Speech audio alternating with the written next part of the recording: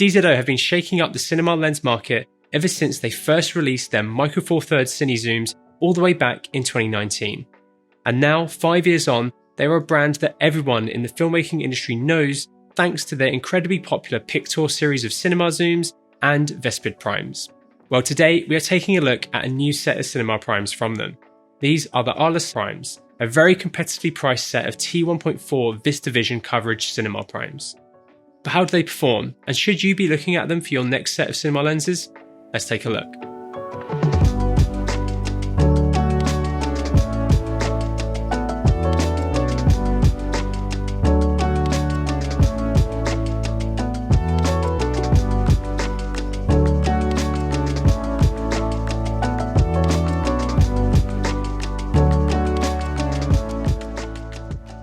We've managed to film with these lenses in a few different scenarios, which include some BTS for our testing of the Sigma 28-45mm f1.8 during our time with the C400, and some B-roll in the studio.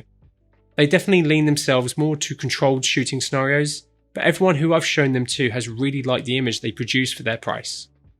Currently, the Arles set consists of 5 focal lengths: 25, 35, 50, 75 and 100mm. All of which have a maximum aperture of T1.4. This is a solid set to begin with, and DZO are planning on fleshing it out further with 5 more focal lengths in the future. The lenses are all the same size at roughly 121mm in length for the PL mount versions. They have a similar overall width and consistent front diameter of 95mm.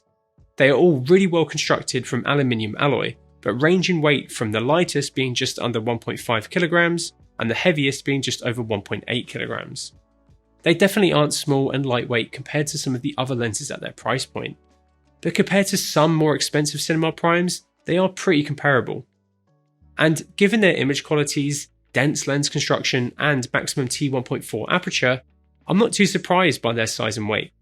They all feature standard 0.8 pitch gears for both focus and iris control, and feature consistent focus and iris rotations across the set. They also all have a thread for lens support and come with extension support posts, which will be helpful. All of the lenses feature a focus throw of 270 degrees, which is definitely on the longer side, but will result in good accuracy for focus pulls. The mechanics of the lenses are really nice. Rotations are smooth and consistent, and the markings are decently spaced, but do get a touch cramped at points. They are more aimed at being used in a more traditional controlled cinema style workflow compared to a style like run and gun. Out of the box, the Arles come with PL mounts fitted as standard, but you also have the option to swap these out to an EF mount.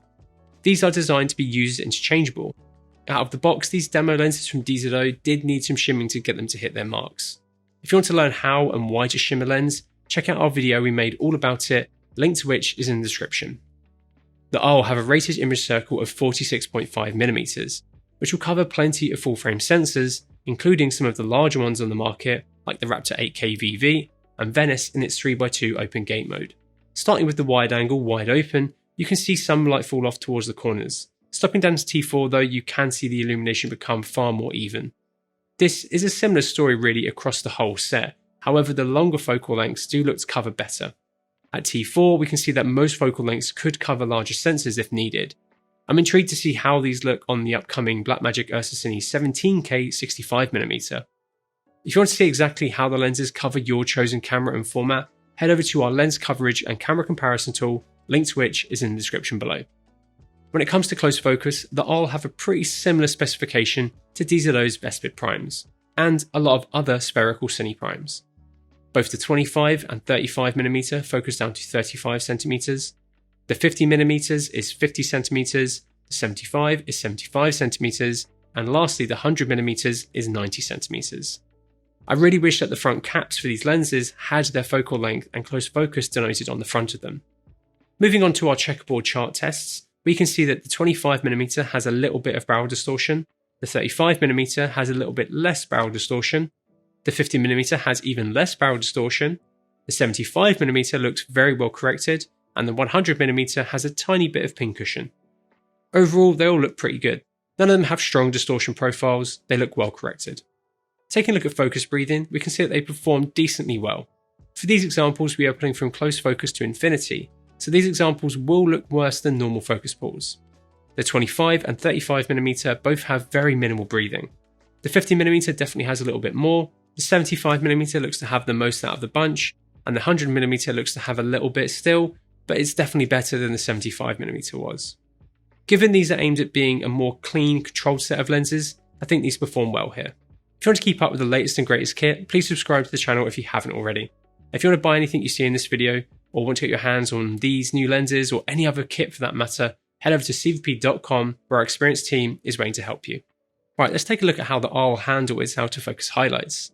Starting with the 25mm, we can see that wide open, our autofocus highlights have very defined edges to them, with a very clear onion skin texture in the highlights as well. Towards the corners, we can see the slight yellow-orange glow change to more blue-green fringing. All of these characters are present even as we stop down the lens. Towards the corners, we can see that our highlights become misshapen, but this is pretty common with larger image circle lenses. Stop down to T2, the bokeh gets quite square in the corners, but this is improved from T2.8 onwards, where the 16-blade iris form very nicely round autofocus highlights. The 25mm is definitely the outlier in the set though. If we take a look at the 35mm, we can't see onion skinning or texture, it's very clean. It's also got less of a defined edge and less fringing, though what it does have is present even stop down. Shape-wise though, it performs very similar to the 25mm. The 50 performs very similar to the 35, but looks a touch cleaner overall with slightly less fringing, but with very similar performance otherwise. Both the 75 and 100mm perform basically the same as the 50, but with a bit more warping to the out of focus highlights towards the corners of the frame. Overall, this is the kind of performance you should expect from a set of lenses aimed at being on the cleaner end of the spectrum. The 25mm does stand out amongst them a bit, but that could be the copy of the lens that we have. And other than that, they will all match very well. The lens's flare characteristic is a very subjective thing. For these examples, we've grabbed a torch and blasted down the barrel of each lens.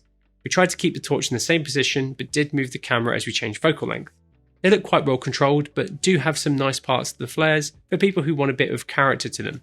If you want to see a full uncut roll of all of these tests, head over to our Vimeo where we'll have a video for our full uncut tests for you to analyse yourself in better quality than YouTube.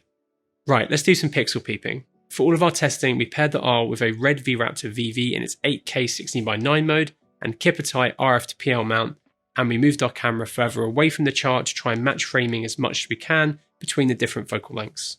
Different lenses may resolve best with a touch of CA, so the points we are judging these charts at is where we think they look best in the centre. Across all of the focal lengths, they are quite similar in performance, though there are some subtle differences.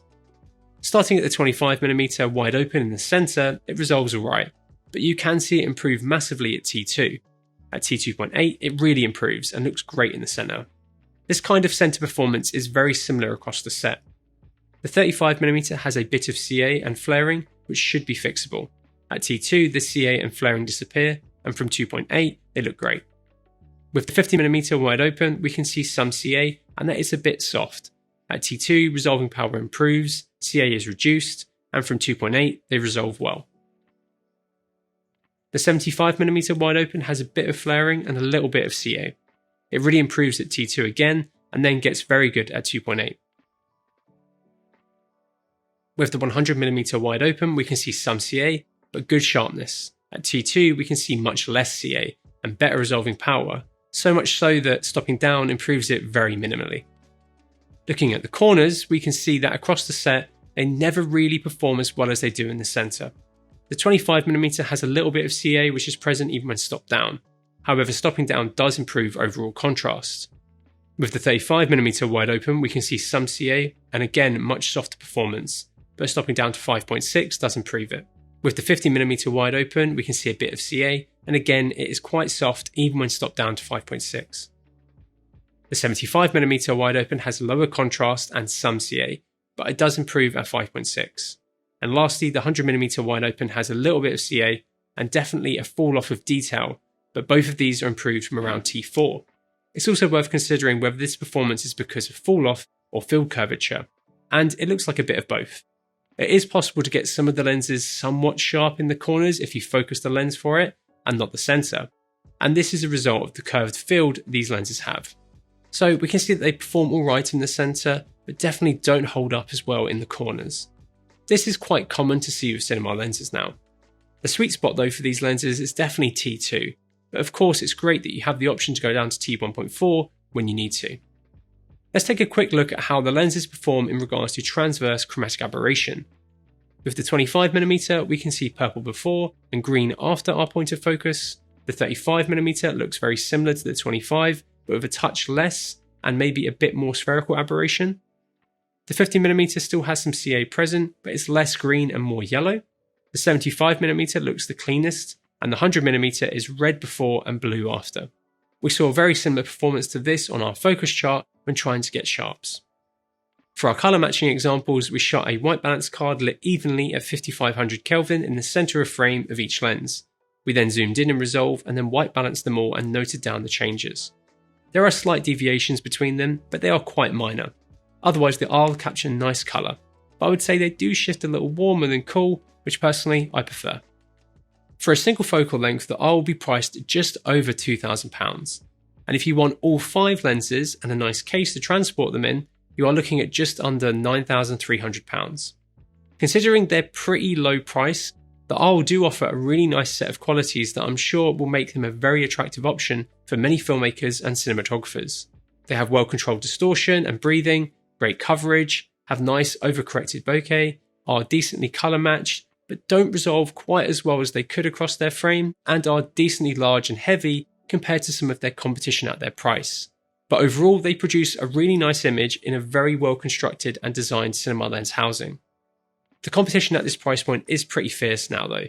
You have DZO's own Vespid primes, Nissin's Athenas, DuLens's APO mini primes, and even Zeiss's nano primes and Cooke SP3s.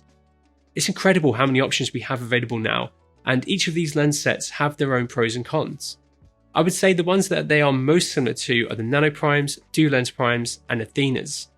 We are planning on creating a big spherical lens comparison video, so let us know what lenses you'd like to see in that in the comments below. We currently still have this demo set of the Arles with us in our lovely central London showroom, so if you want to get your hands on the lenses yourself, as well as all of the other awesome kit we have down there, don't hesitate to get in contact with us via the details in the description below. Anyway, let us know what you think of these new DZO lenses, and if you have any further questions about them in the comments below. And if you liked the video, please give it a like, and maybe consider subscribing so you don't miss out on our awesome upcoming content. And thank you so much for watching.